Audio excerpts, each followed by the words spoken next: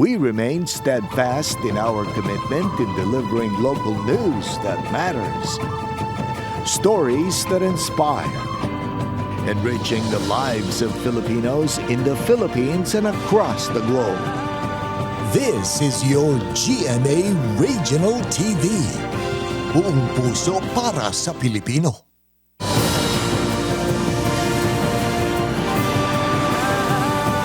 Ini ang GMA Regional TV 1 Western Visayas.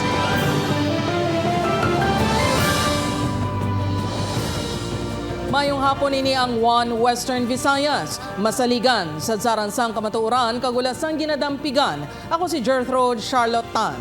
Magadulong sa inyo sang pinakadako kag komprehensibo nga mga balita sa Kabisayan nakatungdan. Caitlin Revilla, live sa GMA Iloilo Station. Kagako sa Eileen Pedreso, live diri sa GMA Bacolod Station.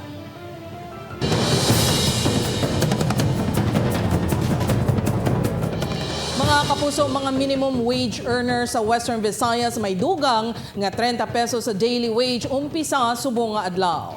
Mga employer nga hindi magtuman sa ginaprobahan nga saka sang Regional Tripartite Wages and Productivity Board sarang pasakaan sang kaso. 30 pesos nga saka sa sweldo kulang gihapon suno sa pila ka mamumugon bangod sa pagmahal sang presyo sang balaklon. Si Tess Ordales nakatuto. Mas inspirado nga magtrabaho si Micaela subong adlaw sang nahibaluan nga mag-epekto na ang 30 pesos nga saka sa daily wage sa mga pareho niya gayara sa agriculture sector. Ginhawa lang man si Nikuno paigo-igo sang sweldo bilang sales clerk ganina ko nga bulig ang 30 pesos nga dugang. Dako naman sa mga baraklon bala sa bungwam super kataas naman. So dako naman ang mayroon sang 30 pesos bisan pa paano kay sa asamon bilang 15 days lang man ang manuhulat mo. Okay man. Base sa Wage Order Number RB 627 sa Regional Tripartite Wages and Productivity Board 6 nga dapat sa October 16, 2023, halin sa 450 pesos, magasaka sa 480 pesos ang minimum wage sa non-agriculture, industrial, commercial businesses nga may masobra na pulo ka mga empleyado. Samtang halin naman sa 420 pesos, magasaka naman sa 450 pesos ang minimum wage sa may manubo na pulo ka mga empleyado. Agon mamonitor ang compliance sa mga employer, magalibot ang labor inspectors. Dapat ay sundin nila yan at of course premature pa natin sabihin kung may violation o hindi kasi first day of implementation pa lang. So siguro after 1 month ay titingnan natin, we will be sending labor inspectors. Pananglitan may magreklamo pakigagutan sa dole ang employer kag i-check ang record sini kun mapamatudan nga may kapaltahan sarang ini nga pasakaan sang kaso. Monetary claims, no, non-payment of wages o underpayment of wages. Pag mayroong complaint kasi, the labor inspectors will inspect the records of the employer at makikita doon na lahat ng violations. Kung may pila nga kontento na sa 30 pesos, may iba naman ni may dako nga pamilya nga nagahirit nga dugangan bangod nagamahal na kuno mga balaklon. Pinabudget ko sa balon sa bata ko tapos ang bakal sudan siya ka mahalagit sa mong sudan. Oo, mahalagit tapos sa panakot ka mahal man. Tige na budget lang pa makaigo sa amon nga pa. Ang trabaho nga abi sa giban para lang sa kalalakinan, gintiyagaan na lang ni Jeneline bangod sa kapigado kuno sa pangabuhi. Ang kung magsakati, okay pagid eh. Okay, pagit. At least, miskan paano, makabulig-bulig man Japon. Magluwas na ng agricultural sector, magasaka man ang bulunan nga sweldo sa mga kasambahay halin sa 4,500 pesos nga mangin 5,000 pesos. Upod kay Cirilo Renduque, Tess Ordales. One Western Visayas. Siyam ka establishmento sa Bacolod City nga wala sang business permit, ginpang siraduhan sa City Legal Office. Yaring balita nga aton gintutukan. Ginserbihan sa closure order sa mga katapos ng Bacolod City Legal Enforcement Team. Ang siyam ka establishmento sa Arceo Drive sakop sang Barangay Mansilingan kay Ina sang Aga. Ginpang padlakan kag ginbutangan sang karatula ang mga nasambit nga mga establishmento bangod wala sang maipakita nga business permit. Suno sa CLO, pila sa mga establishmento ang natukiban nga tinuig na nga naga-operate nga wala sang nagakaigo nga business permit. Under process na kuno sila. So we appeal to them, no? Na tapuson nila kay kung matapos nila permit kuhaon. Pila naman sa mga trabahante sang ginpang siraduhan nga mga establishmento ang wala nakapangaman bangod na tiyempohan nga wala ang ilang mga amo. Nag-abot mo lang sila gulpi kag ginsirada yon.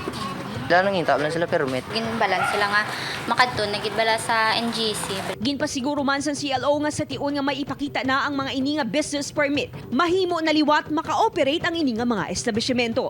Upod kay Reynald Castillo, Aileen Pedreso, One Western Visayas. Mga drivers ang tricycle kag tricycad sa distrito sang Arevalo, Iloilo City, ginareklamo ang mga e-bike nga nagabiyahe sa ilang nga ruta. Tricycle route plan sabat sa mga nagabiyahe nga kolorom suno sa PSTMO. Ini ang gintutukan ni John Sala live sa distrito sang Arevalo sa Iloilo City. John, kamusta dira?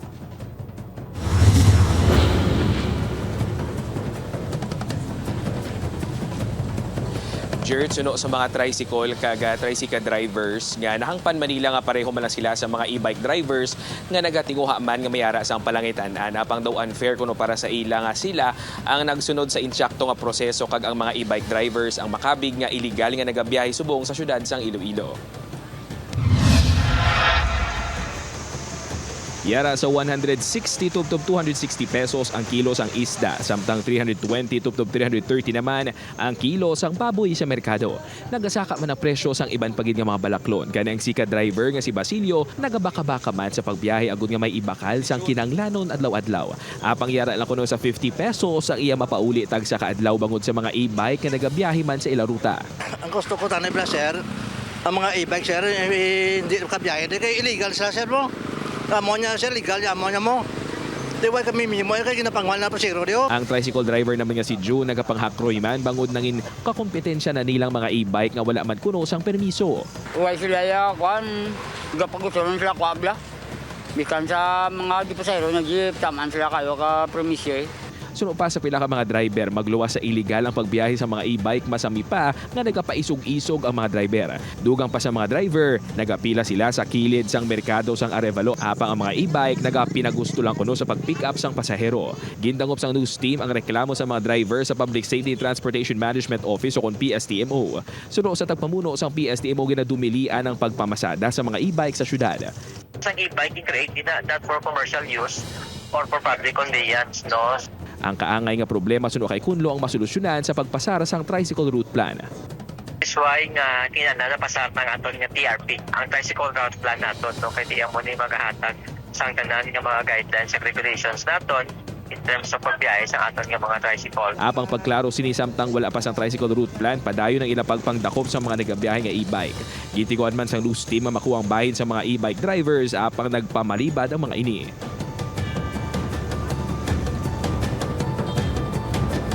Jared, suno kay PSTMO head check kung lungay hindi lang dili sa distrito sang Arevalo problema ang mga e-bike kundi sa bugos ka syudad sang Iloilo gani. Samtang wala pa na pasad o kung napasar ang tricycle route plan, padayon lang ang ilang apprehension. Kung madakpan ang isa ka e-bike driver 1,000 pesos ang multa kag gina-impound man ang iyang unit. Jared? Madam Ugid nga salamat, John Sala.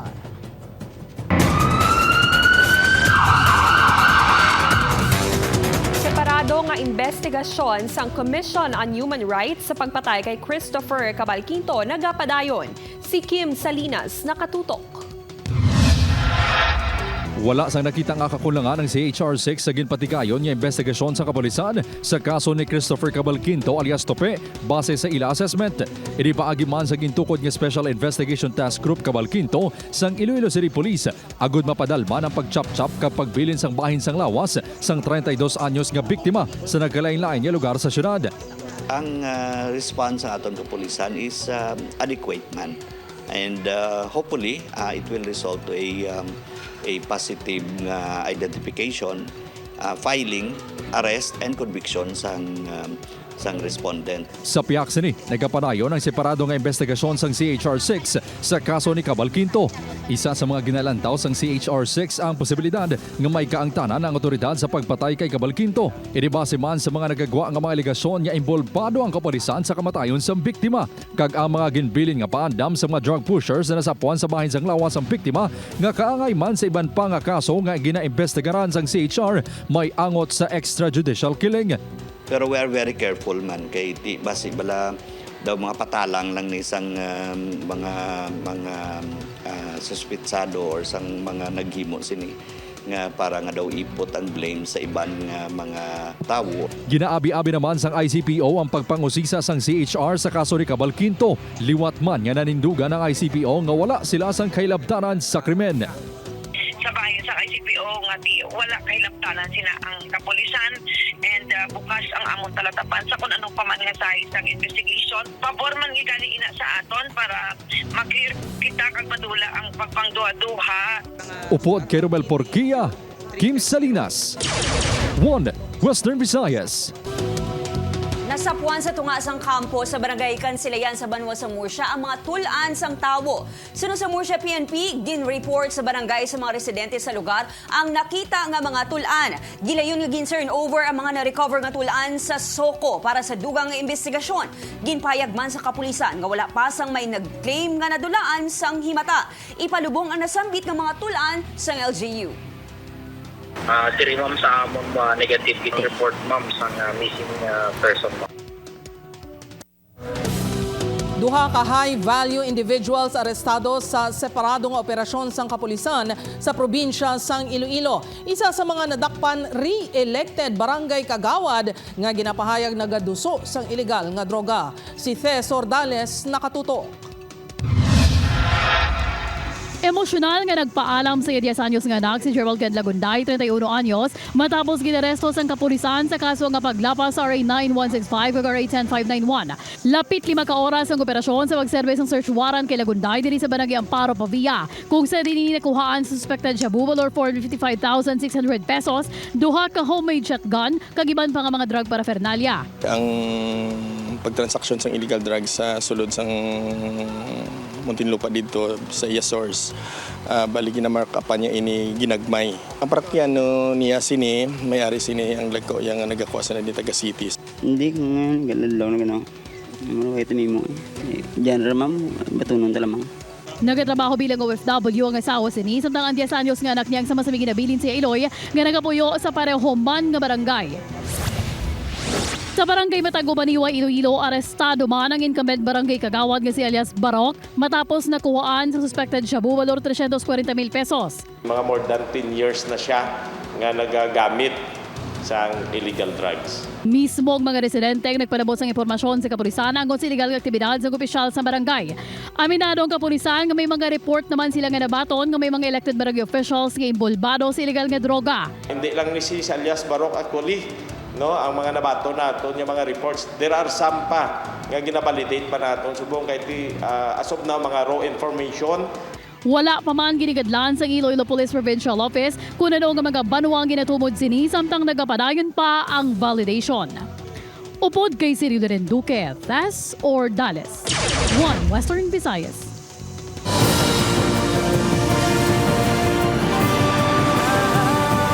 Ini ang GMA Regional TV 1 Western Visayas. Western Visayas Transport Cooperative hindi mag-upod sa patigayunon nga 3-day transport strike umpisa sa Lunes. Apang No to PUV Phase-Out Coalition nagpahayag nga yara sa 90% sang ilang mga miyembro ang magaupod sa untat biyahe. Ini ang gitutukan ni John Sala. Ginatanaw nga yara sa 100,000 ka mga jeepney driver sa bilog nga pungsod ang magaupod sa nationwide transport strike kapangunahan sang grupo nga Piston sa Lunes tubtob Miyerkules. Tinutuyo sang grupo nga pamatukan ng modernization program sang gobyerno. Pagpamigos kuno ini sa mga jeepney operators kag drivers na tubtob sa Disyembre na lang ang ila prangkisa sa pagbiyahe. Subong pa lang nagakabalakan ang pila ka mga pasahero sa posible huol nga idulot sang transport strike sa ila. Kaangay na lang sa estudyante nga si June. Balayan kami sa mga part nga magano kag Also, gastuhan kami kay dako. Kay siyempre hindi available ang ginasakyan naman. Wala nga perming nga jeep. Apang sunod sa Western Visayas Transport Cooperative, wala sang mga driver o kon operator sa idalom sa ilang kooperatiba nga magaupod sa strike gani wala sang dapat kabalakan ang riding public. Bawal na sa amon na pag-upod sa strike kay ang strike dyan gaupod sinadra ang unconsolidated, no? Apang sunod sa grupo nga No to PUV Phase Out Coalition yara sa 90% sa masobra 2,000 ka mga nagabiyay nga units ang jeep sa ilang grupo sa rehiyon ang magaupod sa strike. Parigid kami nagapanindugan, nagaupod yun kami sa transport strike kay panawagan ni Sir Moody Floranda sa Piston sa Lunes, Martes kag Miyerkules nga adlaw. Kung i-phase out lang nila ang isa lang gid nakon ka salakyan, ano na lang ang akon nga pangabuhian kag isagod sa ila kung ina nga mga bagay iporsigigid sa aton nga gobyerno. Kaya halos daw pamigos hindi niya makatarungan. Ang iban nga mga driver magkatuhay naman ang opinyon sa patigayunon nga untat biyahe. Ano ila ginaduso para manasamon. Alingay ti programa sa gobyerno muna masunod kagid way kami mo. Muna guay mapilitan ka lang bala. Una naging pahayag sa Bacolod Alliance for Commuters, Operators and Drivers Inc. o kon Bacod INC nga magaupod sila sa untat biyahe sa Lunes. Upod kay Hans Disciato, John Sala. 1 Western Visayas. Hindi maglubo sa 60 ka panimalay ang apektado sa redevelopment sa Manukan Country sa Bacolod City. Barangay naghihingyo nga tagaan pa sang dugang nga tion ng mga residente. Yari ang balita. Tension ako, sakit sa akong blatsagon nga amon na matabo. Emosyonal nga nagatubang sa news team si punong barangay Eli Alcantara Jr. sa barangay 12 sa Bacolod City. Nag-apila ini sa kay Bacolod City Mayor Albi Benitez ang dugang nga tiyempo agud i-extend ang natalana nga demolisyon sa lugar sa December 22.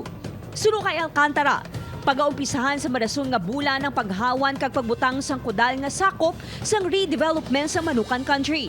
Wala pa man gid sang kuan sang formal ba lang pag sinapol dapat ikuan kami di public hearing kami ang pagkikapila kami ang pamuluyo kung sa pamuluyo nga kung pwede tani mga sigaan kami 6 months.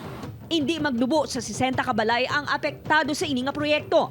Apang kalabanan sa mga residente ang nagaapila nga tagaan sang nagakaigo nga tiyempo agud makasaylo. Kailangan gid ano ini nga sitwasyon. Samutani gintagaan bala kami sa pinakudako nga lugar. Luyag man sa mga ini nga mag-atubang sa developers ang nasambit nga proyekto. Nga ayo kami nga mabuligan niya kami nga staff.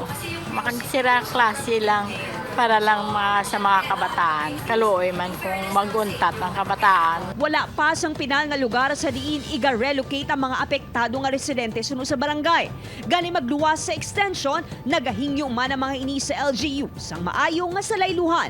Wala pa kung ano ang din kami relocate. Upod kay Reynald Castillo, Aileen Pedreso. 1 Western Visayas. Pila ka porsyon sang syudad sang Iloilo maapektuhan sang duha ka adlaw nga water interruption sang Metro Pacific Iloilo Water. Mga konsumidor nagapangaman na pinagi sa pagtipon sang tubig. Ini ang gintutukan ni Thes Ordales. Lauman ang mahina ang gatubod sa tubig o kondisibilidad sa pagkadula sa supply. Umpisa buwas alas 9 sang gabi kag Sabado alas 2 sang kaagahon sa bahin sang city proper, La Paz, Haro kag Mandurriao bangod sa water audit activities sa Metro Pacific Iloilo Water. Sa activity nga ini amon nga iga-measure kung ano bala kadako nga kung may ara water losses sa amon nga mga primary line. No, kung gano'n ni siya kadako. Diri sa barangay San Isidro, Haro, nagakabalaka ang mga naganegosyo sa laundry nga kulango ng tubig sa masunod nga duha ka adlaw. Gani matamad na sila nga nagsupot sang tubig. Sa hapon pa lang mga patubod na kung daan para sigurado nga may tubig kami buwas. Para pagka kundi sige-sige lang yamon niya wash kung ang tangke namon puno na. Preparado naman si Manang Christy. Amat-amat na sila nga ginapunong ina mga balde kag labador. Magluwas sa tangke nga puno naman kuno sang tubig. Nakalaban naman kami actually. Ano na lang imasupot para na lang din sa panggamit nga, para maligo, panghugas, panggabi. Wala sang kabalakaan ng mga mawadan sang tubig siro sa MPIW. Manggun may kabugusan ng 21 ka mga mobile water tankers na magalibot sa syudad. Kaya naman kitang mga regular schedule para sa mga hindi malabutan sa tubig. So regular man na siya nga nagalibot sila. Upod kay Cirilo Renduque, Tess or Dallas. 1 Western Visayas.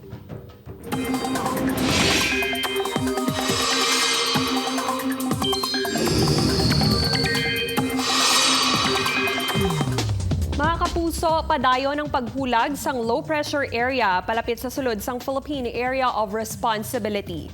Ulihi ini nga nasiplatan sa kalayoon nga 1,295 kilometers na sidlangan sang Southern Mindanao. Suno sa pag-asa posible buwas o kung sa mga masunod nga adlaw masulod na ini sa PAR.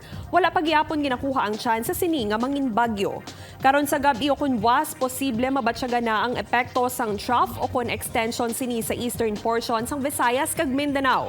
Ginalauman naman ang maulanon nga tiyempo sa pila ka bahin sang pungsod bangod gihapon sa shear line kag hangin amihan. Diri sa Western Visayas, base sa datos ng Metro Weather, may tsansa sang ulan sa Capiz, Iloilo, kag Negros provinces. Mabaskog ang ulan sa pila ka lugar gani manginhanda sa posible baha o kun pag-usmod sang duta.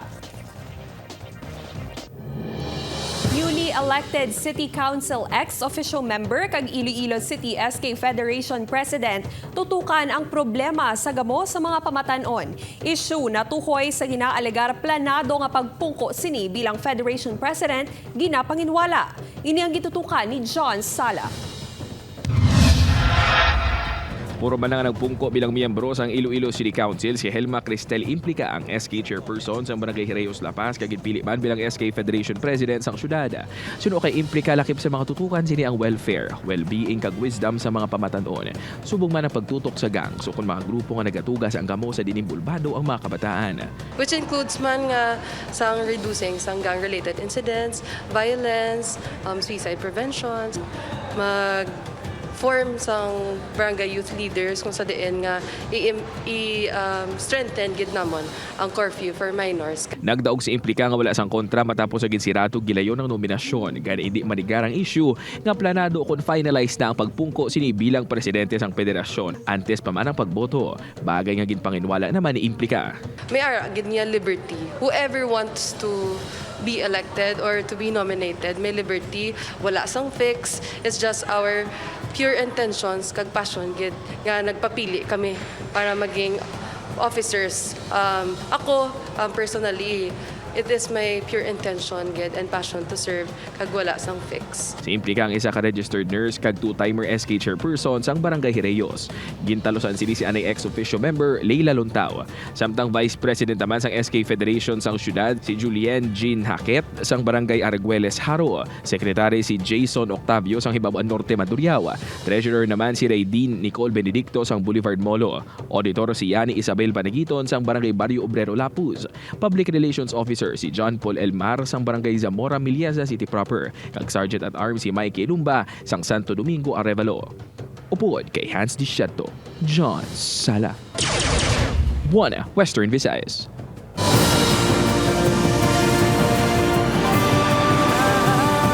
Ini ang GMA Regional TV 1 Western Visayas.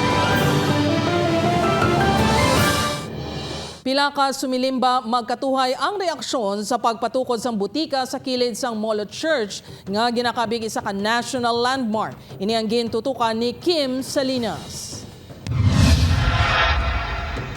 Ginakabig ang St. Anne Parish o Molo Church sa Iloilo City bilang isa sa pinakamatahom nga simbahan sa pungsod. Bangod sa Gothic Renaissance architecture kag historical significance ang simbahan, ginkilala ini sa National Historical Commission of the Philippines bilang National Historical Landmark sa 1992. Apang nakabaton sa magkatuhay nga reaksyon sa mga sumilimba ang plano nga magpatukod sa isa ka butika sa kilid mismo sang simbahan sa sulod sang compound sini. Kung ako lang, di dolaway tulupon. Kasi siyempre heritage ng simbahan. Pero kinandan pa na nato ng bulong mga ano, pero kung drugstore, siyempre simbahan na akong tani, hindi lang. Sunod sa Haro Archdiocese, tinutuyo sang Haro Archdiocesan Social Action Center o JSAC Drugstore nga makahatag sang barato nga bulong sa mga Ilonggo. Ini ang mangin pang-anom na nga JSAC Drugstore sang Archdiocese dugang sa Haro, Mandurriao at Tatxera, Cabanatuan kag Arevalo. Si Romar wala sang nakita nga problema sa pagpatindog sa butika sa kilid sang simbahan bangod makabenepisyo man diri ang mga pumuluyo. Okay man ako. Kahit barato, no? Kahit malapit lang eh. Basta kayuhan lang sa pumuluyo, okay ko yan. Kung ayunan lang mapagplastar, basta mayo lang, hindi makaguba. Sunod sa direktor ng JSAC, nagsunod sila sa legal nga proseso sa plano nga pagtukod sa butika. Nakasecure na sila sang Certificate of No Objection halin sa barangay kag may pahanugot man sa kura paroko sang simbahan ang proyekto. Nagpresentar man sila sa city government sa application for exemption. Kag nakapasar na sila diri. Yara na ang papeles sa Office of the Building Official apang hindi pa mahatag ang building permit bangod bakig sugilanon pa ang NHCP sa JSAC. Sabihin ko, fine. I have no quarrel with that. Kaya kung ano ila isa-suggest, himuon man namon. Kaya di kami gusto gubon ang ila apresasyon sa beauty. Gani dito kami sa punta. May kami di magdukot. Handa man kuno ini nga makigsugilanon sa NHCP apang pamatian ko sila, pero mag-demand sila nga dako-dako naging gastuhon ko. Hindi ko na nayam sarangan. Remember, kaya tinguhaan namon nga mabutang sa lupa sang simbahan, aguntuay na kami arkila. That is why may kapasidad kami nga mapanubo. Ang amon presyo kay may nakog arkila. Kapatindog kami edifisyo, pero ay nakog arkila. Suno kay Monsignor Oso kung mahatag na sang obo ang building permit, magasugod na sila sa patindog sang drugstore nga magalawig sang 4 ka bulan. Ginatinguan pa sang news team nga makuha ang bahin sang NHCP. Upod Kirumel Porquia, Kim Salinas, 1 Western Visayas. Ari mga kapuso, nagkalain-lain nga lokal nga produkto sa mga mangunguma, ginbida sa 16th Negros Island Organic Farmers Festival. Mga produkto with a twist, hibaloon ta sa Sininga Report. Kung ikaw magpadulong sa Negros Occidental, ang numero 1 mo nga pangitaon, amo ang kalamay nga mayor nga produkto sa probinsya. Pero kung nibuton mo ang bilog nga probinsya, matukiban nga kadamo pagali sa mga produkto nga tatak lokal kag saranggid mapabugal. Hindi mo na galing kinahanglan maglibot. Bangod diri sa Capitol Grounds sa 16th Negros Island Organic Farmers Festival, naka-display ang mga produkto with a twist. May mushroom chips, mushroom paste bagoong style, kag mushroom chicharon kag lumpia. Ang batuan nga masami panakot, pwede man gali mangin palaman. Gagaw ang aslom kag tamis niya. The best man? Okay, the best na. Miss, even though sa imo lang backyard, sa imo lang gamay nga kwarto, sa mga wala na ginagamit bala, pwede mag-siya mapatubo lang dira. Kung tapos ka na sa pag-try sa mga pagkaon, pwede gid kasaylo sa mga produkto naman nga ginahuman mismo sa weaving community sa syudad sang Himamaylan, ang banig.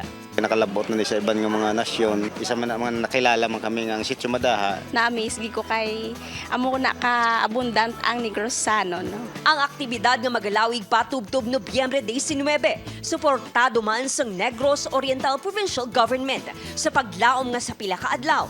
Mangin isa na ini sa Occidental sa pagpasanyog sang industriya. We are looking at food tourism, organic agriculture as one of the bedrock of Negros Island relationship between the two provinces.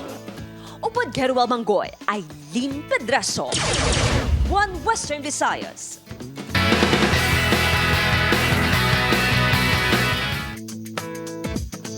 Sulod ang pambatos ng Pilipinas nga si Michelle D sa latest top 10 picks ang Missology sa mga posibleng magdaog sa Miss Universe 2023.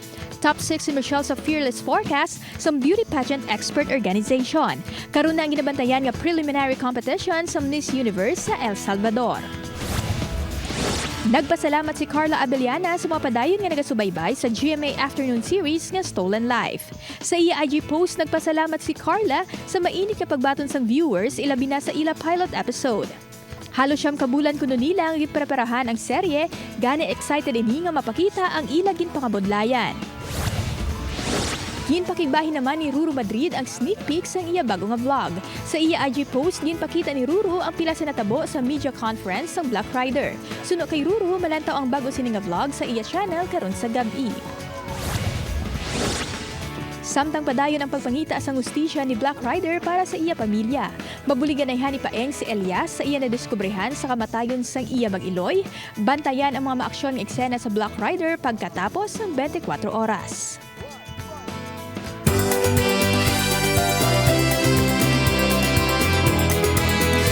Mga kapuso, mag-aupod ang pila ka kapuso star sa selebrasyon sang Huba Huba Festival sa Banwa sang Hinubaan.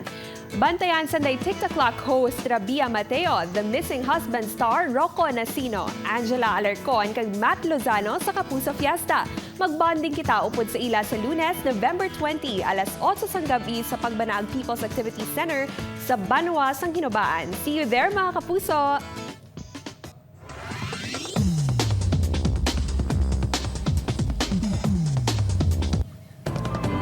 Mahimo nyo malantaw ang ining episode sa GMA Regional TV official website www.gmaregionaltv.com kag pwede man mabisita kag i-click ang subscribe button sa GMA Regional TV official YouTube channel para sa mga updated na balita. Mga kapuso, 39 days na lang, Pasko na! Sa aton mga kapuso diri sa Western Visayas kag subong man sa aton mga kapuso abroad, madamo gid nga salamat sa pagtutok. Ako sa Eileen Pedreso. Kapuso, mag-isa kita kag ibaluon ang mga balita tungod local news matters. Ako si Caitlin Revilla. Kag ako si Gertrude Charlatan, ini ang One Western Visayas, bugos nga puwersa para sa mas dako nga misyon kag mas masangkad nga pagserbisyo sa pungsod.